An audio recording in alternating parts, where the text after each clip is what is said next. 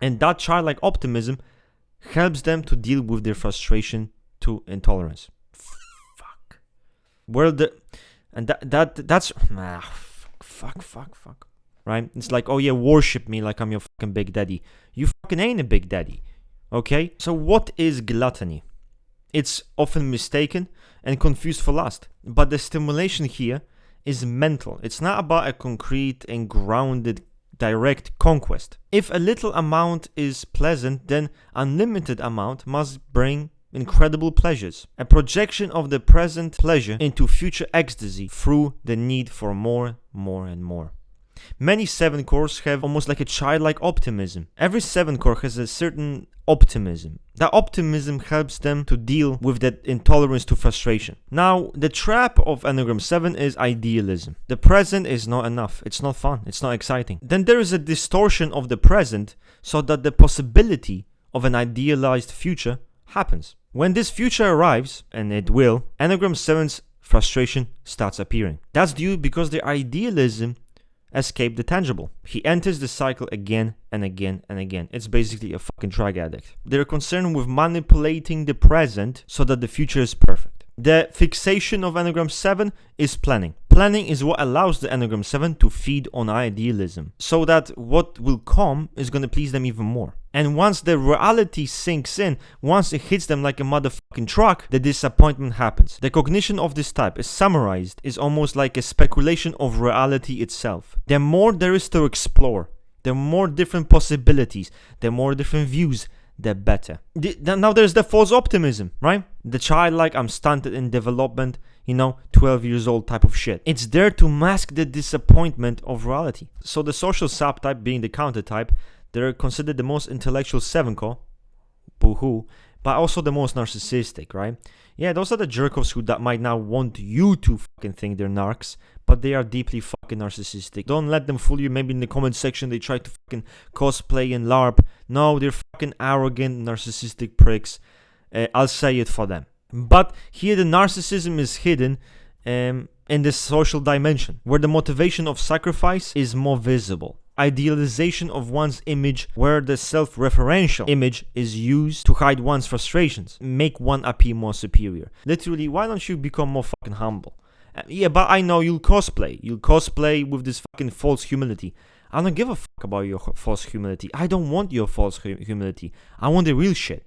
So fucking drop the fucking cosplay. The idealism here is basically showing a person who is able to sacrifice their own desires. Yeah, their own gluttony. The social 7 is very disconnected from the practical world, from what they consider to be mundane. The subtype knows how to cosplay, again, knows how to charm people with their ideals, with their, again, the wit, the verbal ability, but they have a lot of issues with emotional intimacy and emotional connection. Now, those 7s are the ones that hide their rebellion the most. They prefer to appear the opposite, polite, good, pure, blah, blah, blah, garbage. Their rebelliousness shows itself by the fantasy of self-authority or through the seduction of authority. This subtype might get confused with social 2 or social 5, depending, right? The ILE geek or the EIE. Some EIEs might think that when they're actually SO2s. So this might happen. Now, sexual subtype, right? Being the most quirky and intense subtype, they use their imagination to find pleasure in their ideas and escape the pain and the limiting responsibilities of reality.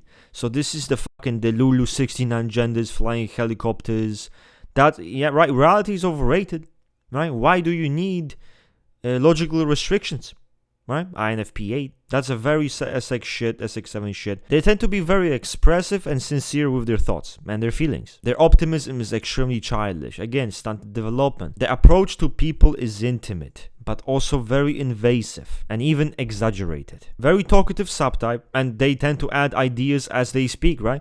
Literally shitting out ideas as they motherfucking speak. Being the center of attention in conversations and environments is the narcissistic fuel here. The rebelliousness here appears through neglect of authority and neglect of responsibilities. Now, conservation subtype, aka self-preservation, this is the classic charlatan, right? It's gonna sell your mother for a penny without a shred of guilt. It's the most hedonistic subtype, good with ideas and even better with words. They use their wit and verbal ability to take advantage of certain situations, to create a good network, for example, with those abilities. They are born opportunists, always making strategies, right? A fucking schema.